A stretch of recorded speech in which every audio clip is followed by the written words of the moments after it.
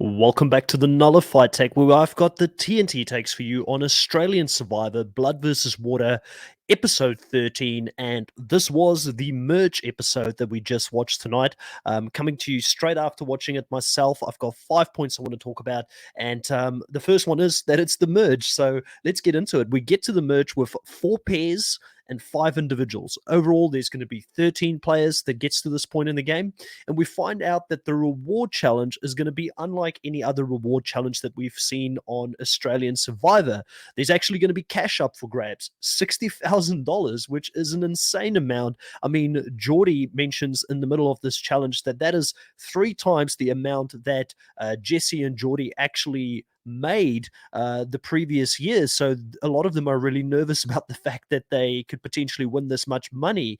And the challenge itself is a rope that they have to hold on to and walk back and forth to collect puzzle pieces. And they have to keep tension on the rope, because if they lose that tension, then their puzzle keeps tumbling down. So obviously a little bit of a learning curve here to doing this challenge correctly, and it's a very popular challenge that we've seen in many survivors in the USA, many seasons, and obviously even in the Australian version and the South African version. But ultimately, Khan is going to come and win this challenge, just continuing to grow a massive target on his back, and I will give this to him. If I was out there, I've always said that challenge wins, I think, early in the merge is not the smartest thing to do, especially, and I mean, you never know if you're really safe in the game, but if you've got a good foothold on the game and you've got a good alliance, you don't want to win the first couple of challenges, because immediately you come in as a threat. But I don't know if I would have been able to have the self-control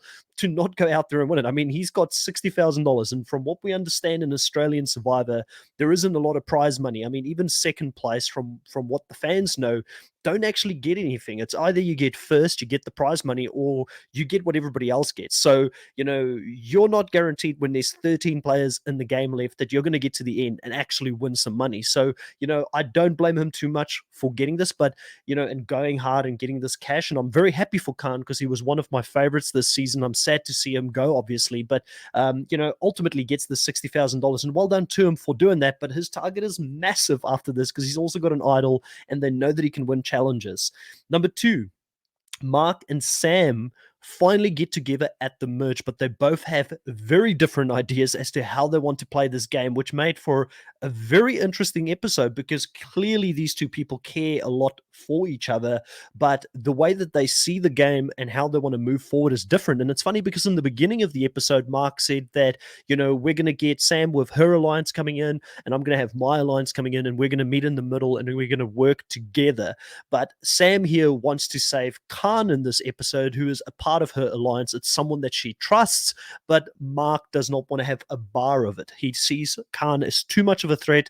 His name means king in Arabic, or I think that's what he said. And obviously he's won some endurance challenges. He's got an idol in his hand. He's very good socially. You can see how he interacts with other people, and people like him. So he knows that Khan needs to go, because he says, if you sit next to Khan at the end, you're going to get taken out. So that in itself is very interesting, seeing it plays out, because he's okay with Sam bringing Jesse in as her only alliance member to this group, but he wants to keep the boys, which he's had for a while, together. So it's basically a male alliance with Sam as a tag on to that. And I can fully appreciate why Sam at this point is reluctant to do that, because what kind of power does this give Sam in the game? She's basically relying on Mark to ingratiate her into that alliance, and then Jesse, but she becomes a C player, or a passenger in this case. She's not running the game, and I think that if she gets to the end with that group, how does she fight to say, this is why I deserve to win the game? I made the moves. I was the one that was in control of my own fate. I think that she realizes that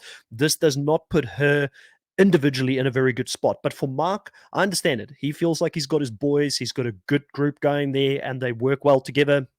So he wants to move in that direction, and ultimately Mark is going to win out here, which was very interesting to see.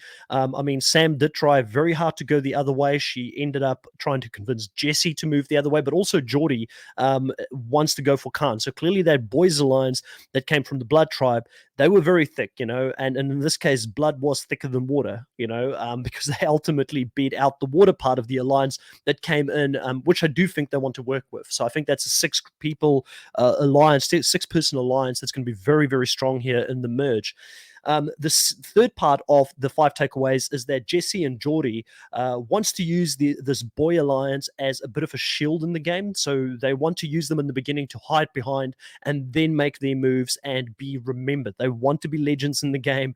I think they're the snake in the grass, or the snakes in the grass in this case. And both Geordie and Jesse are both extremely capable players. So I'm very interested to see how that's going to work out. And at the merge, Geordie talks to Jesse. He says immediately to Jesse, he shares that information that Mark has got an idol. And Jesse says, great, that's awesome. I'm really good friends with Sam. Like, we're working together well. So if you and Mark are together, that's a tight 4, which I kind of predicted last week. We spoke about it in the podcast with Way. I think I may have brought it up in some of my takeaways as well, that I think those 4 are going to end up together and work very strongly together in the merge section of this game.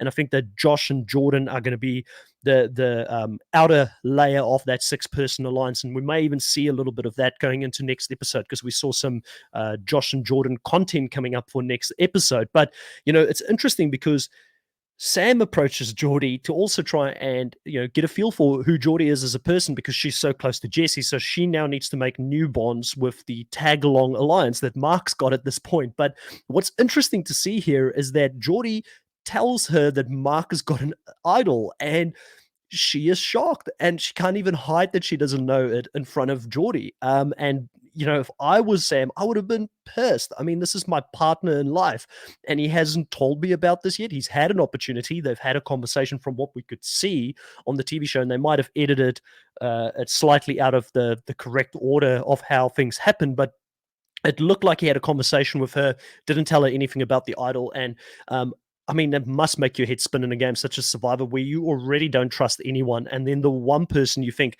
I know outside of the game, someone I should trust, they haven't even given me that information. So she goes back to Mark and gives him a hard time about it. And, for very good reason. Like, I think Sam was in the right there. I don't understand Mark's logic about, I can't just tell you everything from the start. Like, listen, mate, you're not dating her anymore. You've already got her. I know that when you're dating a girl, sometimes there's this game, like, I'll keep her guessing.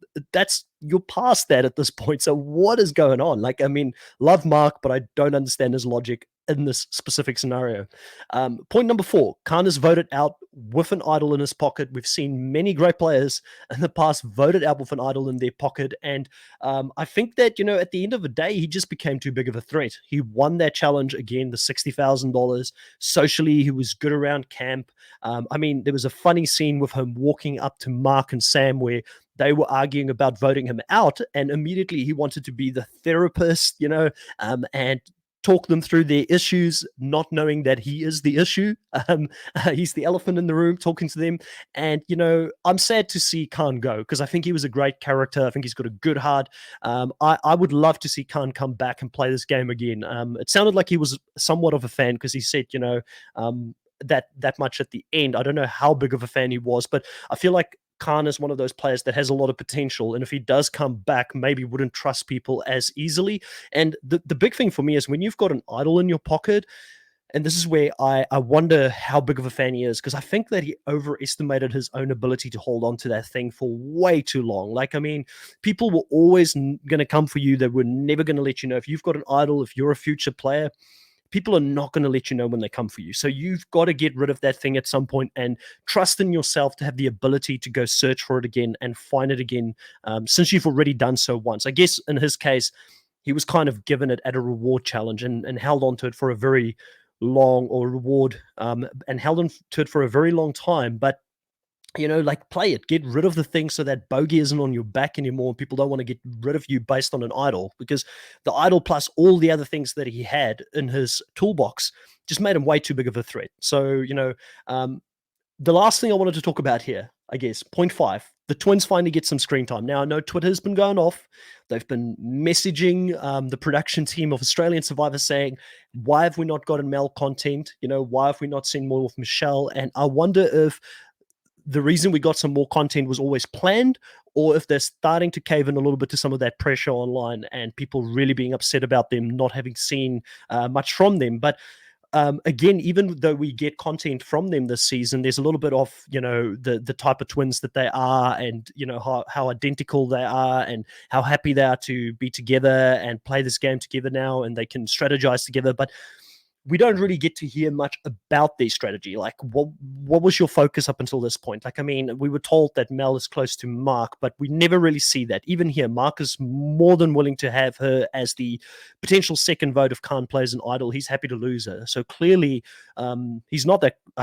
She's not that close to Mark, because otherwise Mark would have stepped in and would have just cut that short. And I'm wondering, with the twins now moving forward, like, is it just because they didn't really have a strategic game that we haven't seen much of them, and now that we do see some of what they're saying, it's just, what are they thinking? Like, I mean, if you're a player out there, you're Mal, you've copped votes twice now, you've been voted basically out of the game, and by the grace of God have survived and have stayed in the game. Like, you've got to start mixing things up. And there's going to be 4 individuals left in the game at this point, yourself and your sister. Pull the 4 individuals together. I know some of them are like even clashing heads, because you've got KJ and Shay that potentially want to go at each other. Chrissy, who knows what she's going to do? She's a true wild card at this point.